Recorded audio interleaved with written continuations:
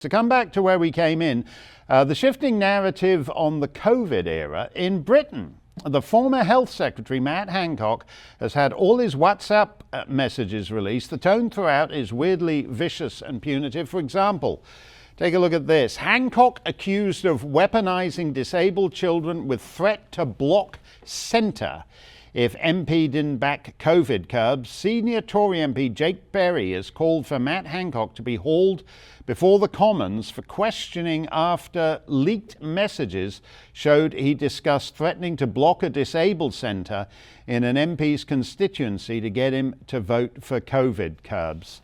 This caught your eye, Leilani, the tremendous pressure being applied to everyone to go along with all the lockdown stuff.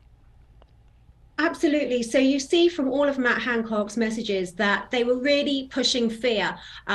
We want to frighten the pants off them. Let's deploy the variant with something else. And then they were using this disabled child centre as a weapon to get the MP to agree to a lockdown.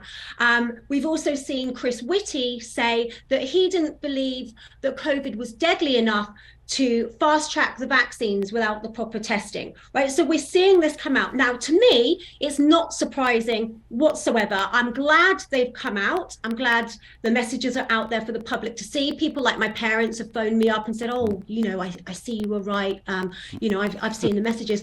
But what's astonishing to me is that the media is acting like this is a complete revelation, that there was no one ever pushing back against lockdowns.